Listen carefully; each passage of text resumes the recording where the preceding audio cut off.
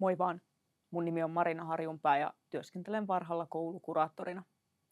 Teidän lapset on nyt siinä jännittävässä vaiheessa, että siirtymä yläkouluun on joko just tapahtunut tai tapahtumassa ihan näillä hetkillä. Ja vanhemmille se on itse asiassa yllättävän iso kriisi. Jos se on sitä niille nuorille, niin se on myös meille aikuisille. Murrosiässä tietyllä tavalla tärkein kehitystehtävä on irrottautua niistä omista vanhemmista ja lähteä katkaisemaan niin sanotusti sitä napanuoraa.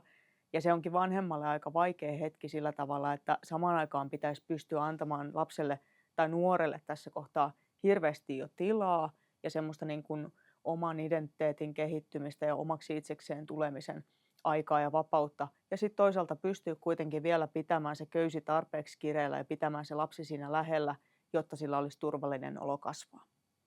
Ja nuoren aivoissahan tässä vaiheessa niin aivokemiat on ihan hyrskyn. Siellä alkaa ihan uudenlainen hormonitoiminta ja aivosillat siitä, mitä ne on lapsena ollut, niin rakentuu täysin erilaisiksi ja uudenlaisesti ajatteleviksi aivoiksi. Mä joskus kuvaan oppilaille murrosikäisen aivoja sillä tavalla, että lapsen aivot voi olla semmoisia ristiin rastiin poukkoilevia siltoja, mutta ne on kuitenkin kohtalaisen yksioikoisia ja suoria. Murrosikäisen aivot sitten taas on semmoinen sotkunen lankakerä, ja sitten murrosiän jälkeen, kun se hormonitoiminta tasaantuu ja se aivojen toiminta vähän rauhoittuu, niin suurimmalla osalla ne aivosillat siellä ne on itse asiassa aika semmoisia niin kuin suoraviivaisia ja samaan suuntaan kulkevia, ja se oma ajattelu on lähtenyt kehittymään jonkunlaiseksi, ja sillä tavalla ne aivot ikään kuin rakentuu siinä uudestaan. No, en ole toki mikään aivoasiantuntija, en sillä tavalla tiedä, mitä siellä todellisuudessa tapahtuu, mutta tämä mielikuva on monelle nuorelle ollut aika helpottava. Ja toivon, että se on sitä myös teille vanhemmille. Tämä on väliaikainen vaihe ja tästä selvitään yhdessä. Mutta ne nuoret tarvii teitä aikuiset ihan eri tavalla kuin mitä ne on koskaan aikaisemmin tarvinnut, koska se, että ne aivojen toiminta ja se omaksi itsekseen tuleminen mahdollistuu, niin se vaatii sen, että siinä on ne turvalliset tutut aikuiset ohjaamassa sitä toimintaa. Täytyy kuitenkin hyväksyä myös se asia ja tosiasia, että se on heidän tehtävänsä tässä kohtaa repäistä itsensä irti. Joskus se tarkoittaa aika rankkaakin kapinointia ja se ei ole pelkästään siellä kotona ja perheessä se kapinointi ja ne ristiriidat, vaan itse asiassa myöskin sitten ystävyyssuhteissa tässä kohtaa tapahtuu hirveästi kuohuntaa. Yksi iso syy siihen on se, että me kehitytään niin yksilöllisesti ja eri aikaan. Osan aivot lähtee taantumaan aikaisemmin tai osan aivot lähtee rakentumaan valmiiksi vähän aikaisemmin ja eriaikaisesti. Ja se aiheuttaa paljon usein tässä kohtaa 6-7 luokan kohdalla semmoisia ongelmia, kun tuntuu, että se kaveriporukka, minkä kanssa on tottunut olemaan, niin niillä onkin nyt jo ihan eri jutut ja ihan eri kiinnostuksen kohteet. Ja mulla onkin jotain ihan muuta jo mielessä. Ja siinä kohtaa on hyvin tyypillistä, että sit ajaudutaan tavallaan semmoisten kavereiden seuraan, ketkä vähän ajattelee samalla tavalla jostain asioista, ketä kiinnostaa samanlaiset jutut. Ja tämä on taas semmoinen, mikä voi jopa siellä niin kuin perheen aikuisilla ja koulunkin aikuisilla tuntuu aika erikoiselta, että miksi toi yhtäkkiä on ruvennut niin kuin muuttunut noin paljon, tai miksi se hengaa tuollaisessa porukassa, tai voi tulla jopa epäilyksiä siitä, että onko tämä lapsen uusi seura jotenkin vähän haitallista. Joskus se voi toki ollakin, ja silloin on hyvä, että aikuinen siinä niin kuin on kartalla niistä lapsen kavereista ja on kiinnostunut siitä, että kenen kanssa sä vietät aikaa ja mitä sulle kuuluu. Ja se on ehkä niin kuin tämmöisten yläkouluun siirtyvien kanssa se tärkein kysymys nimenomaan, että mitä sulle kuuluu, kenen kanssa sä oot ollut ja mitä sä oot tehnyt, eikä niinkään tenttaavasti tai sillä tavalla niin kuin vahtivasti, vaan kiinnostuneesti, että malttaisi pysyä niin kuin aidosti uteliaana ja avoimena ja kiinnostuneena sille omalle lapselle ja sen muutokselle ja semmoisena sallivana, mutta sitten kuitenkin asettaa tarvittaessa niitä rajoja, koska ne murrosikäisen aivot ei itse niitä rajoja pysty vielä asettamaan. Ei pidä myöskään säikähtää sitä, että se oma kultamurunen siellä kotona ei välttämättä aina ensimmäisenä tuu sitten enää tässä yläkoulun siirtymän pyörteessä, niin ei tuu sinne omalle vanhemmalle kertomaan niitä huolia ja murheita aina ensimmäisenä, vaan voikin käydä niin, että esimerkiksi se oma kaveriporukka ja ne hyvät ystävät ja kaverit onkin niitä, kenelle ensisijaisesti ne huolet jaetaan.